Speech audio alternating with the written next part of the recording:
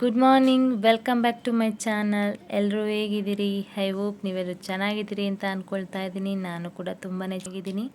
So ನನ್ನ ಚಾನಲ್ನ ನೀವಿನ್ನು ಸಬ್ಸ್ಕ್ರೈಬ್ ಆಗಿಲ್ಲ ಅಂದರೆ ಪ್ಲೀಸ್ ಸಬ್ಸ್ಕ್ರೈಬ್ ಮಾಡಿಕೊಂಡು ವಿಡಿಯೋ ನೋಡಿ. ಈ ವಿಡಿಯೋನ ಕೊನೆಯವರೆಗೂ ನೋಡಿ. ನಿಮಗೆ ಈ ವಿಡಿಯೋ ಇಷ್ಟ ಆದಲ್ಲಿ ಲೈಕ್ ಮಾಡಿ, ಶೇರ್ ಮಾಡಿ, ಕಮೆಂಟ್ ಮಾಡಿ. ತುಂಬಾ ಇಷ್ಟ ಆದರೆ ನನ್ನ ಚಾನಲ್ನ ಸಬ್ಸ್ಕ್ರೈಬ್ ಮಾಡಿಕೊಂಡು ನನಗೆ ಸಪೋರ್ಟ್ ಮಾಡಿ. ಸೊ ಗೈಸ್ ಬನ್ನಿ, ನಾನು ಇವಾಗ ಅರ್ಲಿ ಮಾರ್ನಿಂಗ್ ವ್ಲಾಗ್ ಸ್ಟಾರ್ಟ್ ಮಾಡ್ಕೊಂಡಿದ್ದೀನಿ. ಇವಾಗ ಟೈಮ್ ಇವಾಗ ಬಂದು 8 ಗಂಟೆ ಆಗ್ತಾಯಿದೆ. ಸೊ ನಾನು ಬೇಗನೆ ಎದ್ದಿದ ತಕ್ಷಣ ಬಟ್ಟೆ ಎಲ್ಲ ಹಾಕಿದ್ದೆ ಮಿಷಿನ್ಗೆ. ಅದು ಪೂರ್ತಿ ಡ್ರೈ ಆಗಿತ್ತು ಕೂಡ. ಹಾಗೆ ತುಂಬಾ ಬಿಸಿಲಿತ್ತು. 8 ಗಂಟೆ ಆದ್ರೂ ತುಂಬಾ ಬಿಸಿಲಿತ್ತು.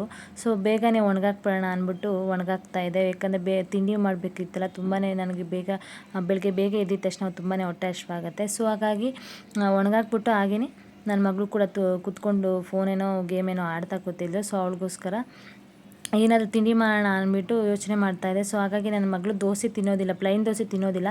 ಸೊ ಹಾಗಾಗಿ ನನ್ನ ಮನೇಲಿ ಏನು ವೆಜಿಟೇಬಲ್ಸ್ ಇತ್ತು ಅದನ್ನು ಇಟ್ಕೊಂಡು ದೋಸೆ ಮಾಡೋಣ ಅಂತ ಮಾಡ್ತಾಯಿದ್ದೀನಿ. ಸೊ ಹಾಗಾಗಿ ನಾನು ಸಿಂಪಲ್ಲಾಗಿ ಇದನ್ನು ಅದು ನಾರ್ಮಲಾಗಿ ಪಿಜ್ಜಾ ಎಲ್ಲ ಮಾಡ್ತಾರಲ್ವ, ಸೊ ಅದೇ ಥರನೇ ನಾನು ಅದನ್ನು ದೋಸೆ ಮೇಲೆ ಪಿಜ್ಜಾ ಥರ ಅದರ ಕಾರ್ನ್ ಇತ್ತು, ದೊಡ್ಡ ಮೆಣಸಿನ್ಕಾಯಿ ಇತ್ತು, ಟೊಮೆಟೊ, ಈರುಳ್ಳಿ ಅಷ್ಟನ್ನು ಕೂಡ ನಾನು ಹಾಕ್ಕೊಂಡು ಫ್ರೈ ಮಾಡ್ಕೊಳ್ತಿದ್ದೀನಿ. ಸೊ ಬೇಕಾದರೆ ನೀವು ಎಕ್ಸ್ಟ್ರಾ ಐಟಮ್ನ ಆ್ಯಡ್ ಮಾಡ್ಕೋಬೋದು. ನಾನು ಸಿಂಪಲಾಗಿ ಇಷ್ಟೇ ಸಾಕು ಅಂದ್ಬಿಟ್ಟು ಆ್ಯಡ್ ಮಾಡ್ಕೊಂಡಿದ್ದೀನಿ. ಜಾಸ್ತಿ ತರಕಾರಿ ಆ ಥರ ಎಲ್ಲ ಹಾಕಿದ್ರೆ ನನ್ನ ಮಗಳು ತಿನ್ನೋದಿಲ್ಲ. ಸೊ ಹಾಗಾಗಿ ಅದಕ್ಕೆ ನಾನು ಚಿಲ್ಲಿ ಪುಡಿ, ಗರಂ ಮಸಾಲ ಅಷ್ಟನ್ನು ಕೂಡ ಹಾಕ್ಕೊಂಡು ಸ್ವಲ್ಪ ರುಚಿಗೆ ತಕ್ಕಷ್ಟು ಉಪ್ಪು ಹಾಕ್ಕೊಂಡು ಫ್ರೈ ಮಾಡಿಕೊಂಡೆ. ಸೊ ಅದು ಫ್ರೈ ಮಾಡ್ಕೊಂಡಿದ್ದ ತಕ್ಷಣವೇ ನಾನು ದೋಸೆ ಇಟ್ಟು ನಮ್ಮಮ್ಮ ಕೊಟ್ಟು ಕಳಿಸಿದ್ರಲ್ವ, ಸೊ ಅದು ಕೂಡ ಇತ್ತು. ಅದು ಅಂದರೆ ಲಾಸ್ಟ್ ಟೈಮು ಮಾಡ್ಕೊಂಡು ಸ್ವಲ್ಪ ಎಕ್ಸ್ಟ್ರಾ ಮಿಕ್ಕಿತ್ತಲ್ವ. ಸೊ ಹಾಗಾಗಿ ಅದಕ್ಕೆ ಏನು ಮಾಡೋದು, ಚಟ್ನಿ ಬದಲು ಏನು ಮಾಡೋದು ಅಂದ್ಬಿಟ್ಟು ನಾನು ಈ ಥರ ಮಾಡಿದ್ರೆ ತಿಂತಾಳೆ ನನ್ನ ಮಗಳು ಅಂದ್ಬಿಟ್ಟು ಹಾಗಾಗಿ ನನ್ನ ಮಗಳಿಗೋಸ್ಕರ ಇದು ಮಾಡ್ತಾಯಿದ್ದೀನಿ. ಯಾಕಂದರೆ ಮಕ್ಕಳಿಗೆ ಡಿಫ್ರೆಂಟಾಗಿ ಮಾಡಿಕೊಟ್ರೆ ತಿಂತಾರೆ. ಸೊ ಇಲ್ಲಾಂದರೆ ನಾರ್ಮಲಾಗಿ ದೋಸೆ ಚಟ್ನಿ ಕೊಟ್ಟರೆ ಅವರು ಇಷ್ಟನ್ನೇ ಪಡೋದಿಲ್ಲ, ಬೇಡ ನನಗೆ ಈ ಥರ ಅಂತ ಹೇಳ್ತಾರೆ. ಸೊ ಹಾಗಾಗಿ ನಾನು ಈ ಸಿಂಪಲಾಗಿ ಈ ಥರ ಮಾಡಿಕೊಟ್ಟಿದ್ದೀನಿ. ಮಾತ್ರ ತುಂಬಾ ಟೇಸ್ಟಿಯಾಗಿ ಬಂದಿತ್ತು.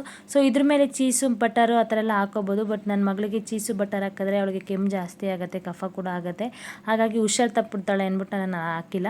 ಸೊ ತುಪ್ಪ ಕೂಡ ಆ್ಯಡ್ ಮಾಡಲಿಲ್ಲ ನಾನು, ಅವಳಿಗೆ ಏನು ಕೂಡ ಅಡ್ಜಸ್ಟ್ ಆಗೋಲ್ಲ. ಸೊ ಹಾಗಾಗಿ ಟಿಫನೆಲ್ಲ ತಿಂದಿದ ತಕ್ಷಣ ನನ್ನ ಕೆಲಸ ನಾರ್ಮಲಾಗಿ ಪಾತ್ರೆ ವಾಶ್ ಮಾಡಬೇಕಿತ್ತು. ಅದನ್ನು ಕೂಡ ಬೇಗ ವಾಶ್ ಮಾಡ್ಕೊಳ್ತಾಯಿದ್ದೀನಿ. ಯಾಕಂದರೆ ಕಿಚನ್ ದೋಸೆ ಎಲ್ಲ ಮಾಡಿದ್ನಲ್ಲ, ಅದರೆಲ್ಲ ದೋಸೆ ಮಾಡಿದ ತಕ್ಷಣ ಸ್ಟವ್ ಮೇಲೆಲ್ಲ ಪೂರ್ತಿ ಸ್ಪ್ರೆಡ್ ಆಗೋಗಿತ್ತು ಅದು ದೋಸೆ ಇಟ್ಟದು.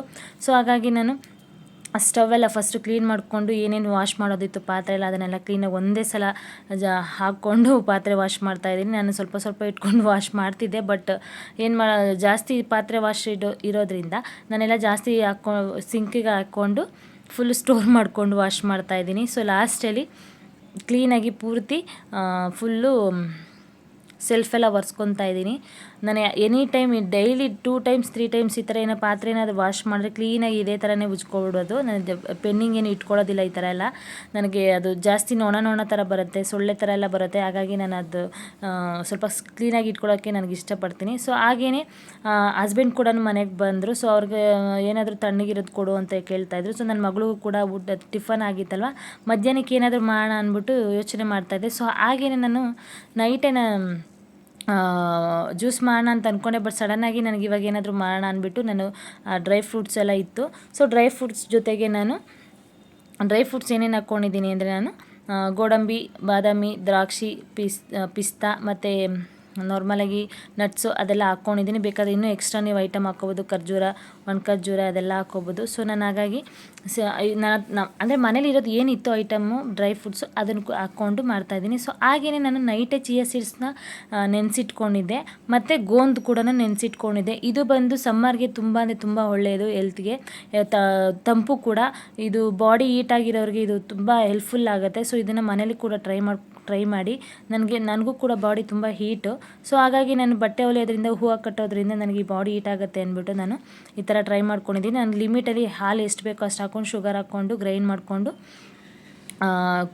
ತೊಗೊಳ್ತಾ ಇದ್ದೀನಿ. ಮತ್ತು ಸಮ್ಮರ್ಗೆ ತುಂಬಾ ಹೆಲ್ಪ್ಫುಲ್ ಕೂಡ. ಸೊ ನನ್ನ ಹಸ್ಬೆಂಡ್ಗೆ ಜ್ಯೂಸ್ ಕೊಟ್ಬಿಟ್ಟು ಟೇಸ್ಟ್ ಹೇಳಿ ಅಂತ ಹೇಳಿದೆ, ಸೂಪರ್ ಅಂತ ಹೇಳಿದ್ರು. ಸೊ ನಾನು ಕೂಡ ಟೇಸ್ಟ್ ನೋಡಿ ತುಂಬ ಅಂದರೆ ತುಂಬ ಟೇಸ್ಟಿಯಾಗಿ ಬಂದಿದ್ದು, ಸಖತ್ತಾಗಿ ಬಂದಿತ್ತು.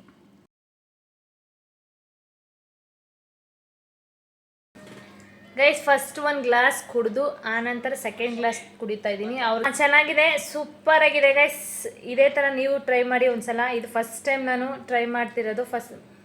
ಹಾಗಾಗಿ ನಾನು ಯಾರ ಮೇಲೆ ಎಕ್ಸ್ಪೆರಿಮೆಂಟ್ ಮಾಡೋಕ್ಕೆ ಹೋಗಿಲ್ಲ. ಫಸ್ಟ್ ನನ್ನ ಮೇಲೆ ನಾನೇ ಎಕ್ಸ್ಪೆರಿಮೆಂಟ್ ಮಾಡಿಕೊಂಡು ಆಮೇಲೆ ನಿಮಗೆ ರಿವ್ಯೂ ಕೊಡ್ತಾಯಿದ್ದೀನಿ. ಇಲ್ಲೊಬ್ರಿಗೆ ಶುಗರ್ ಕಮ್ಮಿ ಅಂದ್ಬಿಟ್ಟು ಹಂಗೆ ಕುಡಿದೇ ಇಟ್ಟಿದ್ದಾರೆ. ಅವ್ರು ಶುಗರ್ ಜಾಸ್ತಿ ತಿಂತಾರೆ. ಸ್ವಲ್ಪ ನಾವು ಶುಗರ್ ಕಮ್ಮಿ ತಿನ್ನೋದ್ರಿಂದ ನಮ್ಗೆ ಓಕೆ. ಯಾರು ಸ್ವೀಟ್ಲೆಸ್ ಬೇಕು ಅನ್ನೋರು ಕುಡಿಬೋದು, ಸ್ವೀಟ್ ಬೇಕು ಅನ್ನೋರು ಶುಗರ್ ಹಾಕ್ಕೊಂಡು ಕುಡಿಬೋದು. ಸೇಮ್ ಶಾವಿಗೆ ಪಾಯಸ ಥರನೇ ಇರೋದು, ಚೆನ್ನಾಗಿದೆ. ಫಸ್ಟ್ ಟೈಮ್ ನಾನು ಈ ಥರ ಮಾಡಿರೋದು, ಇಷ್ಟ ಆಯಿತು. ಸೊ ನೀವು ಮನೇಲಿ ಟ್ರೈ ಮಾಡಿ ಹೇಗಿದೆ ಅಂತ ಹೇಳಿ. ಸೊ ಡಿಫ್ರೆಂಟಾಗಿ ಡ್ರೈ ಫ್ರೂಟ್ಸ್ ಹಾಕ್ಕೊಂಡು ಇಷ್ಟೆಲ್ಲ ಮಾಡೋಷ್ಟರಲ್ಲೇ ನನಗೆ ಮಧ್ಯಾಹ್ನ 3-4:30 ಆಗೋಗಿತ್ತು. ಸೊ ಇನ್ನು ಪೆಂಡಿಂಗ್ ನನಗೆ ಇನ್ನೊಂದು ಇಷ್ಟ ಆಗದೇ ಇರೋದು ಅಂದರೆ ಬಟ್ಟೆ ಫೋಲ್ಡಿಂಗ್ ಮಾಡೋದು. ನನಗದು ಹೆವಿ ಇಷ್ಟನೇ ಆಗೋದಿಲ್ಲ, ಬಟ್ಟೆ ಮಡಚಬೇಕು ಎತ್ತಿಡಬೇಕು ಅನ್ನೋದು. ಸೊ ಹಾಗಾಗಿ ಅದೊಂದು ಪೆಂಡಿಂಗ್ ಇತ್ತು. ಅದನ್ನು ನೋಡಿದಾಗೆಲ್ಲ ಮಡಚಬೇಕಲ್ಲಪ್ಪ ಅಂತ ತೊಗೊಳ್ಳೋದು, ಅಲ್ಲೇ ಇಡೋದು, ಹಾಗೆ ಮಾಡ್ತಾಯಿದ್ದೆ. ಸೊ ಹಾಗಾಗಿ ಫೈನಲಾಗಿ ಇರಪ್ಪ ಅದನ್ನು ಮಡಚಿಟ್ಬಿಡೋಣ, ಇಲ್ಲಾಂದರೆ ತುಂಬ ಡಸ್ಟ್ ಆಗಿಬಿಡುತ್ತೆ ಅಂದ್ಬಿಟ್ಟು ಲಾಸ್ಟೆಲ್ಲ ಅದನ್ನು ಜ್ಯೂಸ್ ಎಲ್ಲ ಕುಡ್ದಾದ್ಮೇಲೆ ನಾನು ಫೋಲ್ಡ್ ಮಾಡಿ ಎತ್ತಿಡ್ತಾ ಇದ್ದೀನಿ. ಸೊ ನನ್ನ ಮಗಳು ಕೂಡ ಆಟ ಆಡ್ತಾಯಿದ್ದೆ. ನನ್ನ ಮಗಳ ಜೊತೆ ಮಾತಾಡ್ಕೊಂಡು ನಾನು ಫೋಲ್ಡಿಂಗ್ ಮಾಡ್ತಾಯಿದ್ದೆ. ನನಗೆ ಫೋಲ್ಡಿಂಗ್ ಅಂದ್ರೇ ನನಗೆ ಬೇಜಾರು ಆಗುತ್ತೆ. ಮಡಚಿದ್ರೆ ಕ್ಲೀನಾಗಿ ನಾನು ಫೋಲ್ಡ್ ಮಾಡಿ ಎತ್ತಿಡಬೇಕು, ಇಲ್ಲಾಂದರೆ ಹೇಗಂದ್ರೆ ಮಡಚಿ ಇಡೋಕ್ಕೆ ನನಗೆ ಇಷ್ಟ ಆಗೋಲ್ಲ. ನಮ್ಮ ದೊಡ್ಡಪ್ಪ ಬಂದು ಹೂವು ಮತ್ತು ವೀಳ್ಯದೆಲೆ ಕೊಟ್ಬಿಟ್ಟೋಗಿದ್ದಾರೆ. ಇದರಲ್ಲಿ ವೀಳ್ಯದೆಲೆ ಇದೆ. ಅದೇ ನಮ್ಮ ದೊಡ್ಡಮ್ಮ ಮನೆಯಿಂದ ವೀಳ್ಯದೆಲೆ ಮತ್ತು ವೀಳ್ಯದೆಲೆಗೆ ಕಡ್ಡಿ ಕಿತ್ಕೊಬಂದನಲ್ಲ, ಅದನ್ನು ನಾನು ಅಮ್ಮ ಮನೇಲೆ ಬೆಂಗಾಕು ಅಂತೋಗಿದ್ರು, ಅವ್ರ ಹತ್ರನೇ ಇತ್ತು. ಸೊ ಇವಾಗ ಅವರೇ ತಂದು ಕೊಟ್ಟಿದ್ದಾರೆ ನಮ್ಮ ದೊಡ್ಡಪ್ಪ. ಕಡ್ಡಿ ನೆಡಬೇಕು ತಂದಿರೋದು. ಇದು ಈ ಥರ ಪೀಸ್ ಮಾಡಿ ಕಟ್ ಬಂದಿದೆ, ಅದನ್ನು ನೆಡಬೇಕು. ಸೊ ಪಾಟು ಬುಕ್ ಮಾಡೋಣ ಅಂತಿದ್ದೀನಿ ಆನ್ಲೈನಲ್ಲಿ. ಸದ್ಯಕ್ಕೆ ಇವಾಗ ಪಾಟ್ ಯಾವುದೂ ಇಲ್ಲ, ಹಾಗಾಗಿ ಇವಾಗ ಹಂಗೆ ನೀರಿಗೆ ಹಾಕಿ ಇಡ್ತೀನಿ. ಯಾಕಂದರೆ ಇದರಲ್ಲಿ ಒಂದೊಂದು ಮೊಳಕೆ ಹಂಗಂಗೆ ಇದೆ, ಚೆನ್ನಾಗಿ ಬರುತ್ತೆ, ಕಾನ್ಫಿಡೆನ್ಸ್ ಇದೆ. ಮತ್ತು ವೀಳ್ಯದೆಲೆ, ಇದು ವೀಳ್ಯದೆಲೆ ಕಿತ್ಕೊಬಂದಿದೆ. ನಮ್ಮ ಫ್ರೆಂಡ್ ಅವ್ರ ಅಮ್ಮ ತಿಂತಾರೆ ಅದನ್ನು, ಹಾಗಾಗಿ ಅವ್ರಿಗೆ ಯೂಸ್ ಆಗುತ್ತೆ, ಹೇಗಿದ್ರು ವೇಸ್ಟ್ ಮಾಡೋದು ಬೇಡ ಅಂದ್ಬಿಟ್ಟು ಕಿತ್ಕೊಬಂದಿದ್ದೀನಿ. ಹಾಯ್ ಗೈಸ್, ಇವಾಗ ಟೈಮ್ ಬಂದು ಹತ್ತತ್ರ 8:45 ಆಗ್ತಾಯಿದೆ. ಈಗ ಅಡುಗೆ ಮಾಡೋಕ್ಕೆ ಹೋಗ್ತಾಯಿದ್ದೀನಿ. ಬೆಳಗ್ಗೆಯಿಂದ ಕೆಲಸ ಮಾಡಿ ಸಾಕಾಗೋಯ್ತು. ಸೊ ಗೊತ್ತಾಯಿದಲ್ವ, ಹೆಣ್ಮಕ್ಳು ಅಂದಮೇಲೆ ಮನೇಲಿ ಹೌಸ್ ವೈಫ್ ಅಂದರೆ 24 hours ಟೈಮು ಸಾಲಲ್ಲ. ನಮಗೆ ಎಷ್ಟೇ ಕೆಲಸ ಮಾಡಿದ್ರು 24 hours ಟೈಮ್ ಸಾಲಲ್ಲ.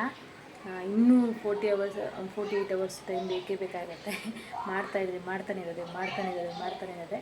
ಸೊ ಹಾಗಾಗಿ ಇವಾಗ ಎಲ್ಲ ಫ್ರೆಶ್ ಅಪ್ ಆಯಿತು. ನಂದು ಸ್ನಾನ ಎಲ್ಲ ಮಾಡಿಬಿಟ್ಟು ಈಗ ಅಡುಗೆ ಮಾಡೋಕ್ಕೆ ಹೋಗ್ತಾಯಿದ್ದೀನಿ. ಆಲ್ರೆಡಿ ಚಪಾತಿ ಕಲಸಿಟ್ಕೊಂಡಿದ್ದೀನಿ.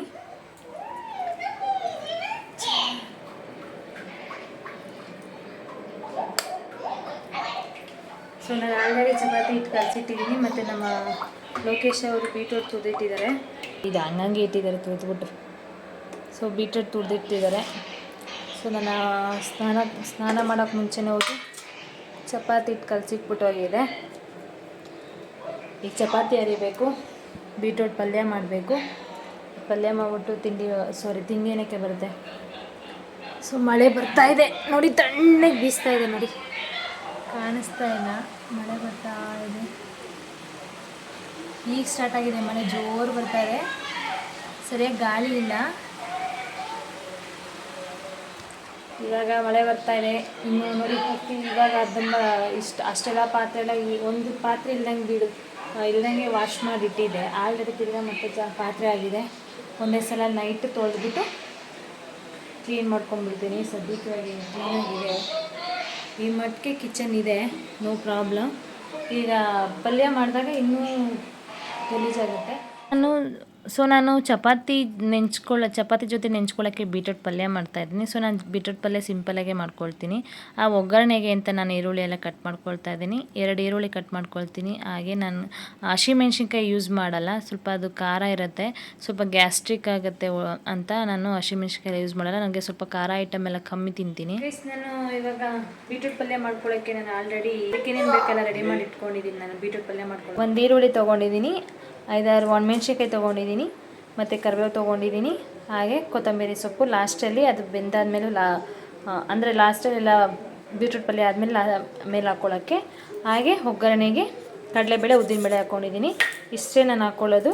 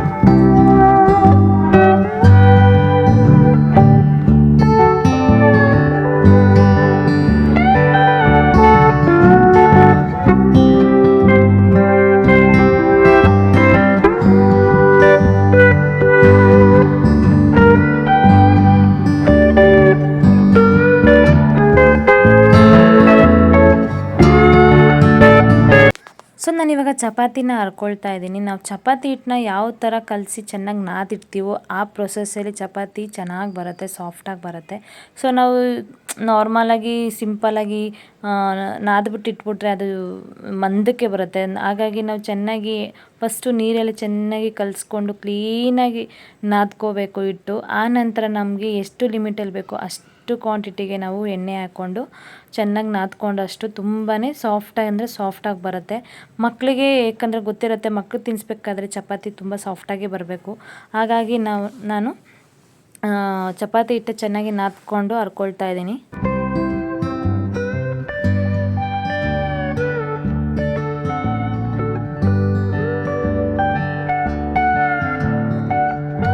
ಸೊ ಟೈಮ್ ಬಂದು 8:30 ಆಗಿರೋದ್ರಿಂದ ಬೇಗ ಬೇಗ ಟೈಮ್ ಆಗ್ತಾನೇ ಇತ್ತು. ಸೊ ನನ್ನ ಮಗಳಿಗೆ ಹೊಟ್ಟೆ ಹಶ್ವಾಗ್ತಾಯಿತ್ತು, ನನಗೂ ಕೂಡ ಹೊಟ್ಟೆ ಹಶ್ವಾಗ್ತಾಯಿತ್ತು. ಸೊ ಬೆಳಗ್ಗೆಯಿಂದ ಏನೇನು ಕೆಲಸ ಮಾಡಿದೆ ಅದು ಫುಲ್ಲು ಬೆಳಗ್ಗೆಯಿಂದ ಸಾಯಂಕಾಲ ಗಂಟೆ ಕೆಲಸ ಮಾಡಿ ಸಾಕಾಗೋಗಿತ್ತಲ್ಲ, ಹಾಗಾಗಿ ನನಗೆ ಹೊಟ್ಟೆ ಬೇಗ ಹಶ್ವಾಗ್ತಾಯಿತ್ತು.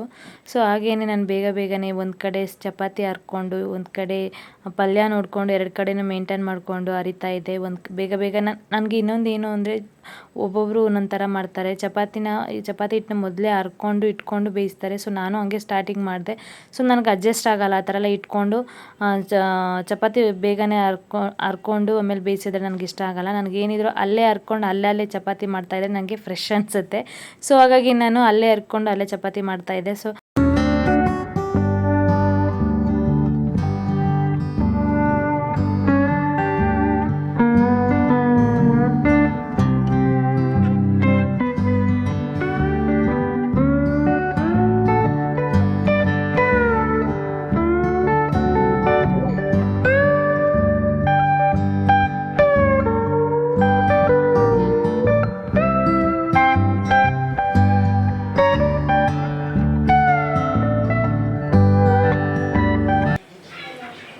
ಗೈಸ್, ಫೈನಲಿ ಊಟ ರೆಡಿ ಆಯಿತು. ನನ್ನ ಮಗಳಿಗೆ ಇವಾಗ ಊಟ ತಿನ್ನಿಸ್ಬೇಕು. ಸೊ ಅವಳಿಗೋಸ್ಕರ ನಾನು 2 ಚಪಾತಿ ತೊಗೊಳ್ತೀನಿ. ನೋಡಿ ಎಷ್ಟು ಸಾಫ್ಟಾಗಿ, ಹಿಂಗಂದರೆ ಏನೂ ಆಗೋಲ್ಲ. ನೋಡಿ ಏನು ಸಾಫ್ಟಾಗಿದೆ. ಸೊ ಈ ಮೆಥಡಲ್ಲಿ ಮಾಡಿದ್ರೆ ತುಂಬ ಸಾಫ್ಟಾಗಿ ಆಗುತ್ತೆ. ನೋಡಿ ಫ್ಲ್ಯಾಶ್ ಆಫ್ ಆಯಿತು. ಸೊ ನೋಡಿ ಏನು ಸಾಫ್ಟಾಗಿದೆ, ಏನೂ ಇಲ್ಲ, ಏನು ಗಿಂಚಿ ಏನೂ ಆಗೋಲ್ಲ. ನೋಡಿ ಈ ಥರ ಏನು ಮಾಡಿದ್ರೂ ಏನೂ ಆಗೋಲ್ಲ. ಸೊ ಈ ಥರ ಸಾಫ್ಟಾಗಿ ಮಕ್ಳಿಗೆ ಮಾಡಿದ್ರೆ ತುಂಬಾ ಒಳ್ಳೆಯದು, ಚೆನ್ನಾಗಿದೆ. ನೋಡಿ ಇದು ಕೂಡ ಹಂಗೆ ಆಗಿದೆ, ತುಂಬ ಸಾಫ್ಟಾಗಿದೆ. ಸೊ ನನ್ನ ಮಗಳಿಗೆ 2 ಚಪಾತಿ ತೊಗೊಳ್ತೀನಿ.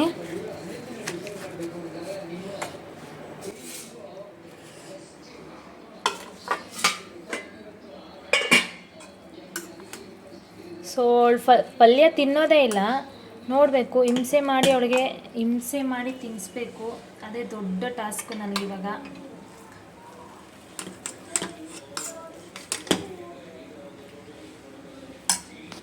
ಸೊ ಇಷ್ಟು ಹಾಕ್ಕೊಂಡಿದ್ದೀನಿ, ನೋಡೋಣ ತಿಂತಾಳ ಏನು ಅಂತ.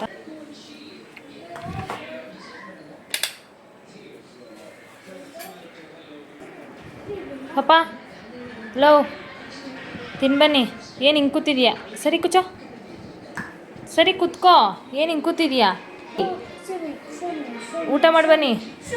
ಸೊ ಇವಾಗ ಇಷ್ಟು ನಾನಿವಾಗ ಬೆಳಗ್ಗೆಯಿಂದ ಏನು ಸಾಯಂಕಾಲ ಗಂಟೆ ಕೆಲಸ ಮಾಡಿದ್ದೀನೋ ಅದು ನನಗೇನು ರಿಸ್ಕ್ ಇಲ್ಲ. ಇವಾಗ ನಾನು ಊಟ ಮಾಡಿಸ್ತೀನಲ್ಲ ಅವಳಿಗೆ, ಅದು ನನಗೆ ದೊಡ್ಡ ರಿಸ್ಕ್. ಯಾಕಂದರೆ ಇಷ್ಟು ಬೆಳಗ್ಗೆಯಿಂದ ಸಾಯಂಕಾಲ ಗಂಟೆ ಒಂದೇ ಸಲ ಮಾಡೋದು ಒಂದೇ. ಇವಳಿಗೆ ಇವಾಗ ಕುತ್ಕೊಂಡು ಊಟ ತಿನ್ನಿಸೋದು ಒಂದೇ. ಅಷ್ಟು ಹಿಂಸೆ ಕೊಡ್ತಾಳೆ ಊಟ ತಿನ್ನೋಷ್ಟರಲ್ಲಿ. ಮಿನಿಮಮ್ 2 ಅವರ್ 3 ಅವರ್ ಕೂತು ಬೇಜಾರಾಗಿ ಹೋಗುತ್ತೆ, ಬಾಯೇ ಆಡ್ಸಲ್ಲ. ಸೊ ಹಾಗಾಗಿ ಇವಾಗ ಏನು ಮಾಡಬೇಕು, ಊಟ ತಿನ್ನಿಸ್ಬೇಕು. ಊಟ ತಿನ್ನಿಸೋದೇ ಸ್ವಲ್ಪ ನನಗೆ ರಿಸ್ಕು. ಸೊ ಹಾಗಾಗಿ ನಾನು ಈ ಲಾಗ್ನ ಇಲ್ಲಿಗೆ ಎಂಡ್ ಮಾಡ್ತಾಯಿದ್ದೀನಿ ಗೈಸ್. ಸೊ ಬೆಳಗ್ಗೆಯಿಂದ ಸಾಯಂಕಾಲ ಗಂಟೆ ನಾನು ಏನೇನು ಮಾಡಿದ್ದೀನಿ ಅದನ್ನು ನಿಮ್ಮ ಜೊತೆ ಶೇರ್ ಮಾಡ್ಕೊಂಡಿದ್ದೀನಿ. ಅದು ಫುಲ್ಲು ಏನು ಶೇರ್ ಮಾಡ್ಕೊಂಡಿಲ್ಲ,